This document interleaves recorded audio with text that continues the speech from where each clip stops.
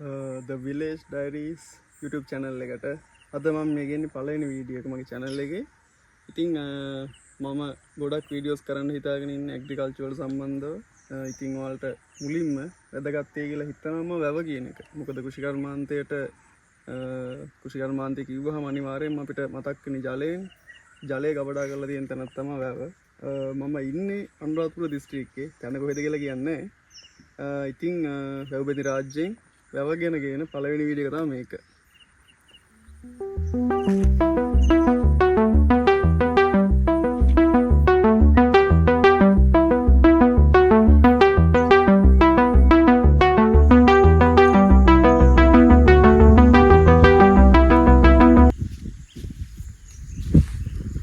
හරි අපි මුලින්ම බලමු වැවේ කොටස් මොනවාද කියලා.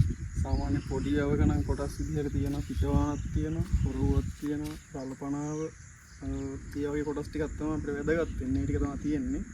අපි මුලින්ම මෙතනදී බලමු පිටවාන. දැන් නම් වතුර අඩු හින්දා වතුර යනවා පෙන්නන්න විදියක් නැහැ එළියට. ඉතින් අපි බලමු පිටවාන තියෙන විදිහ.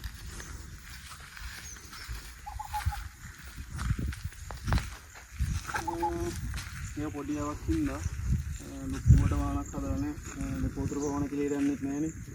මේ තියෙන්නේ පිටවාන. එතකොට මේක ඉස්සන්න කොන්ක්‍රීට් දාලා අදලා තියෙනවා මේ ඒක අබලන් වල රිද්දින්න. ඉතින් පොඩි පිටවානක් තමයි මෙතන තියෙන්නේ.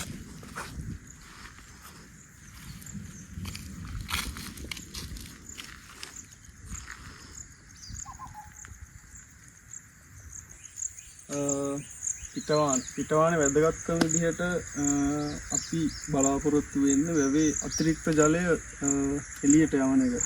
මොකද වැවේ බැම්මට උඩින් වතුර යනවානේ. ඒක නතර කරගන්න තමයි වානක් තියෙන්නේ. එතකොට මේ පිටවානේ වැවේ අතිරික්ත ජලය එළියට යනවා. ඒක තමයි මේකේ වැදගත්කම විදිහට අත කියන්න පුළුවන්. සහ ඒක තමයි මේකේ වැදගත්කම.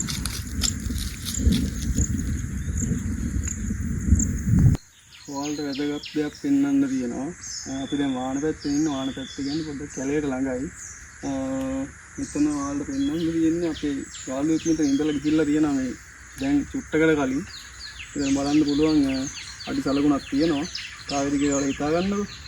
ඒක බොරපාඩට තියෙන්නේ දැන් ඉඳලා තියෙන්නේ පැයක් ඇතුළත වගේ තමයි මෙතනින් ගිහිල්ලා තියෙන්නේ. අපි ගෙන්න මෙතන ඉක්මනට යනවා දැන්.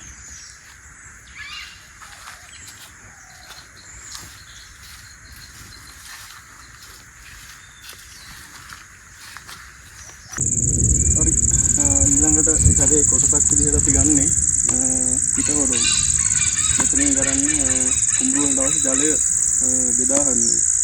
ඉතින් ඔයාලා බලා ගන්න පුළුවන් මෙතන තමයි විද්‍යුත් දාලා ලොක් කරලා තියෙන දැන් අරලා පෙන්නන්න තියන්නේ. මම එකක් කරලා පෙන්නන්නම් අපේ මාම කෙනෙක්ට කියලා. මෙතන මේක ඕපන් කරාම තමයි ඔයාලා බලා ගන්න පුළුවන් මෙතන ඇස්සේ. මෙතන වතුර යන්න හදලා තියෙනවා. මේ දොර ඇරියට පස්සේ වතුර එහා පැත්තම පෙන්නන්න වේල තියෙනවා. වේල දිගේ තමයි කුඹුර වලට වතුර යන්නේ.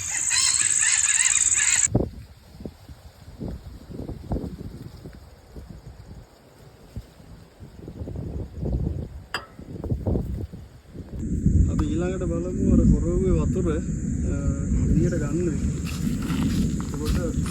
ඒකට වාන් තියෙන වතුර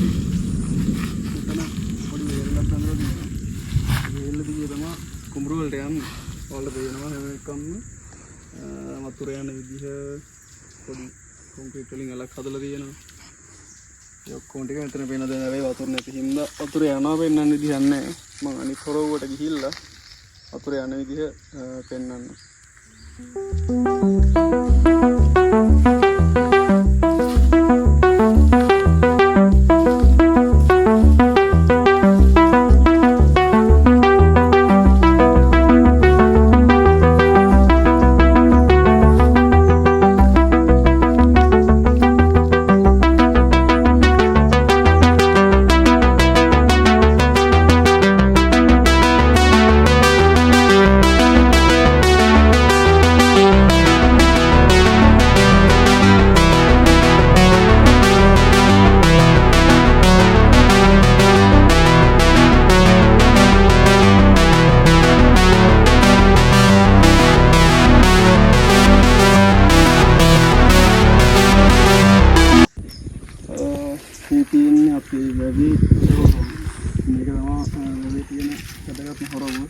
එතනින් තමයි ගොඩක් කුඹුර වලට වතුර දෙන්නේ. ඉතින් ඔයාලා මෙතනින් බලා ගන්න පුළුවන් ඒව හදලා තියෙන අවුරුද්ද 1819. ඉතින් අර කලින් හොරෝවේ වගේම නැන්ද හොරෝවෙත් ඔක් එකක් දාලා තියෙනවා. ඒ අතරින් යන්නේ. එතනින් තමයි කුඹුර වලට ජලය ලබා දෙන්නේ. ඔයාලට ඒත් එක්කම පෙන්වන්න පුළුවන් ඒ ඉතුරු කොටසක්. එතන දිගන රළපනාව. ඔයාලා බලාගෙන පුළුවන් කළු වල දාලා ලස්සනට පෙළියට අල්ලලා තියෙනවා. මේකේ වැදගත්කම වැවේ බැම්ම කියන එක හේදන එක වළක්වන එක තමයි මේකේ වැදගත් කාර්යය. ඉතින් රළපනාවත් ඔයාලට මේකත් එක්කම බලාගන්න පුළුවන්.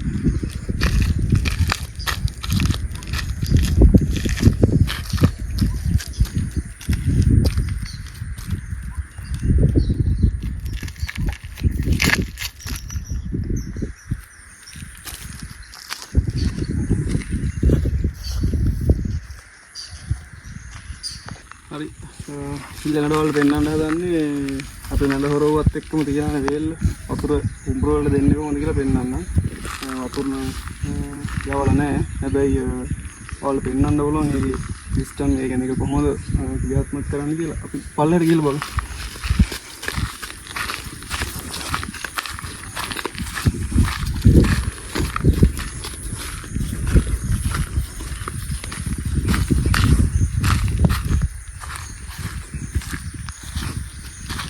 මෙතන තියෙනවා වේල්ල. අපි කලින් හොරව පෙන්නවා. හොරවෙන් හොරව හැරියාම මේ වේල්ල දිගේ තමයි වතුර යන්නේ. මේක ප්‍රධාන වේල්ල කිව්වනේ. ඉතින් ඒත් එක්ක මේ පැත්ත වල බලා ගන්න පුළුවන් කුඹුරු එල්ලා තියෙනවා. ඉතින් මේ විල්ලාවට වතුර දෙන්නේ මේ වේල්ලෙන් තමයි.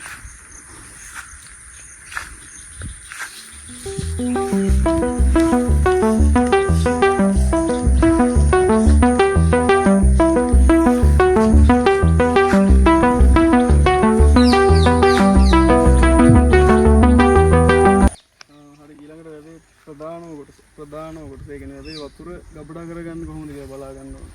ගබඩා කරගන්නේ ඒක බැම්මක් බැඳලා කැලින් එහෙම එන වතුර ටික වර්ෂාවත් එක්ක අඳ වතුර හම්බෙන්න අපිට.